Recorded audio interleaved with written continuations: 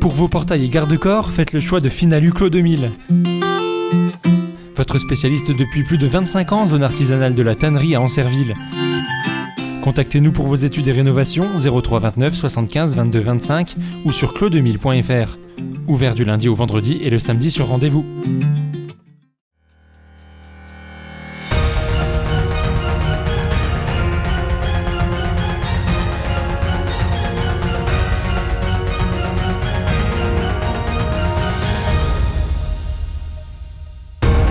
Bonsoir à tous, mercredi 30 septembre 2020, soyez les bienvenus dans votre journal. Tout de suite, les titres.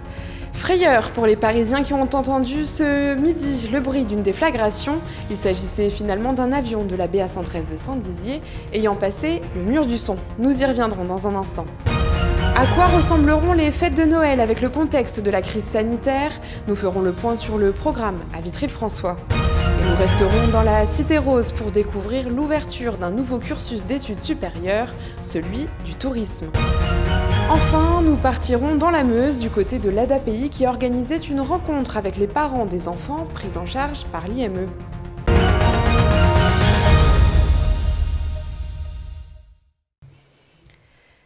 L'actualité nationale de ce mercredi a des couleurs locales. En effet, ce midi, la capitale a été quelque peu sonnée par le bruit d'un Rafale de la BA113 de Saint-Dizier passant le mur du son. Je vous propose d'écouter tout de suite le colonel Fourneret qui nous explique en détail ce qu'il s'est réellement passé. En fait, un Rafale de la permanence opérationnelle de Saint-Dizier décollé sur alerte suite à l'alerte qui a été passée qu'un avion civil avait des problèmes de radio, c'est-à-dire qu'il n'arrivait plus à parler avec le contrôleur qui était au sol. Et donc dans des cas comme ça, on fait décoller un Rafale ou un chasseur de la permanence opérationnelle pour aller voir ce qui se passe. Donc ce Rafale a décollé, est allé voir ce qui se passait. Sur ce premier appareil, le doute a été levé assez rapidement puisque le contact radio a pu être rétabli assez rapidement.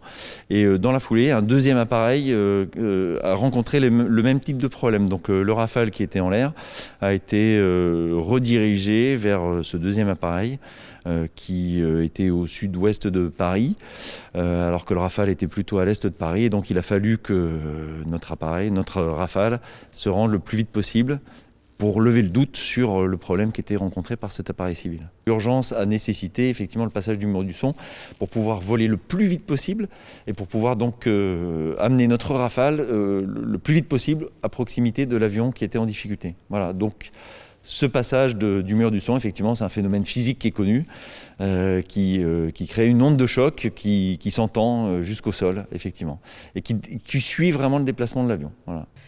Une situation finalement plutôt habituelle pour la police du ciel qui est intervenue 210 fois l'an passé. Écoutez. Ici à Saint-Dizier, tous les jours de l'année, jour férié, Noël, jour de l'an, peu importe, et H24, donc à n'importe quelle heure du jour et de la nuit aussi, on a deux appareils, deux avions de chasse qui sont prêts à décoller en quelques minutes pour réaliser effectivement cette mission de protection des citoyens. Pas plus tard qu'hier, on a aussi déclenché la permanence opérationnelle pour porter assistance à un avion civil qui était dans le nord de la France en difficulté, qui n'arrivait pas à traverser une couche de nuages et qui commençait à avoir un bas niveau de carburant et donc avec un risque potentiel pour la personne qui était à l'intérieur. Donc c'est un Rafale de Saint-Dizier qui aussi hier est allé porter assistance et a permis à cet avion de se poser en toute sécurité. L'automne vient tout juste de pointer le bout de son nez et certains d'entre vous ont peut-être déjà la tête dans les festivités de Noël. Pourtant, pour les municipalités, c'est un véritable casse-tête qui s'annonce. Par exemple, le traditionnel défilé de la Saint-Nicolas a été annulé à Nancy. Mais qu'en est-il pour nos villes moyennes? Réponse à Vitry-le-François avec Anna Réolon en charge de ces animations au micro de Théo Raguin. La patinoire sera à nouveau installée.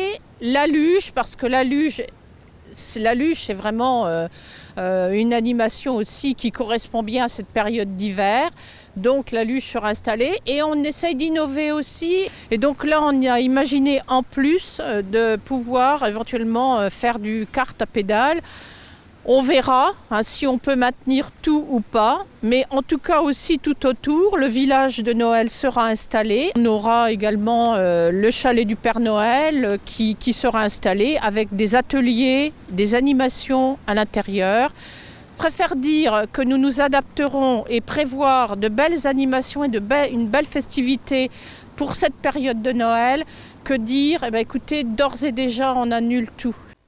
Former des professionnels du tourisme à Vitry-le-François, c'est désormais possible. En effet, depuis la rentrée, une classe de BTS a ouvert ses portes au lycée François 1er, ce qui est un bon moyen de faire rester les jeunes vitrias, mais aussi d'en attirer de nouveaux. Un reportage de Juliette Da Silva. C'est une rentrée toute particulière cette année pour le lycée François 1er de Vitry-le-François.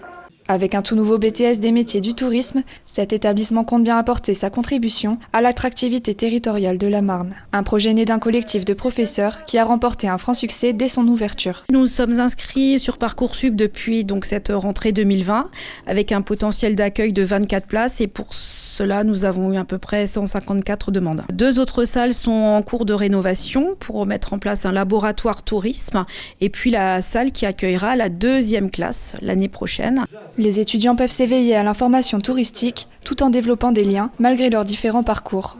De nombreuses activités de groupe ont déjà été organisées pour eux depuis la rentrée scolaire. On a une dynamique élève qui a rapidement émergé, qui a été notamment rendue possible par la semaine d'intégration qu'on a mis en œuvre donc à la rentrée de septembre, avec par exemple une journée Oder, activité kayak l'après-midi, visite d'un musée le matin, parcours touristique dans Vitry-le-François, venue de Monsieur Chochot, le photographe, sur l'image de soi et la confiance. L'avantage du BTS, c'est aussi la proximité avec les professeurs qui peuvent notamment aider les élèves à trouver des offres de stage en pleine période de crise sanitaire, un élément essentiel à leur éveil professionnel. Ils sont très présents pour nous parce que c'est un BTS qui n'était pas là l'année dernière. La crainte, elle est des deux côtés, vu que c'est un nouveau BTS. Parce que nous, on ne connaît pas, mais eux non plus. Donc c'est pour ça que je pense qu'on s'entend bien. Le lycée entreprend donc désormais de former les futurs promoteurs du département marnais, un challenge qu'il semble relever pour l'heure avec brio.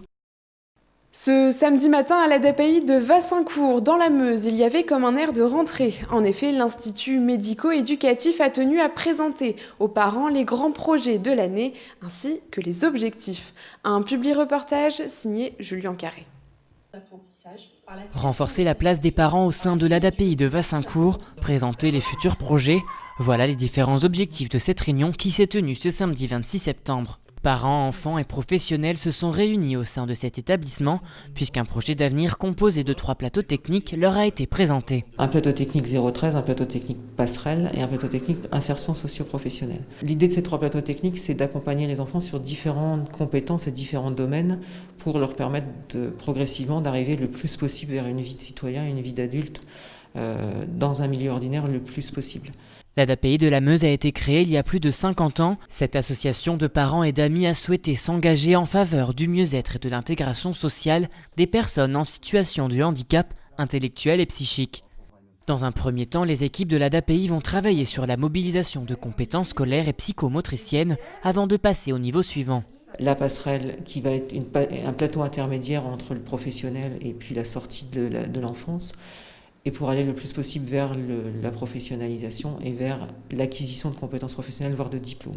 Pour la directrice, l'implication des parents est primordiale dans cette réunion, puisque cela leur permet d'interagir. À partir du moment où ils connaissent bien l'organisation, ils connaissent bien comment on travaille, ils seront peut-être aussi plus à même de répondre et de questionner sur le projet de leur enfant. Un deuxième temps de cette réunion a été consacré à la communication, avec quelques exemples à l'appui. Comment eux ils vivent la communication autour du projet de leur enfant, la communication au quotidien, c'est-à-dire qu'est-ce qui pour eux fonctionne bien, qu'est-ce qui mérite d'être amélioré et quelles sont éventuellement leurs propositions d'amélioration.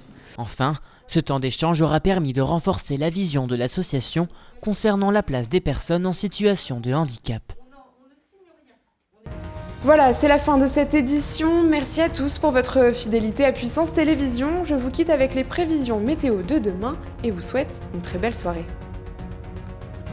Toute l'actualité qui vous concerne, à voir ou à revoir, dès maintenant sur puissancetélévision.fr et sur notre application mobile.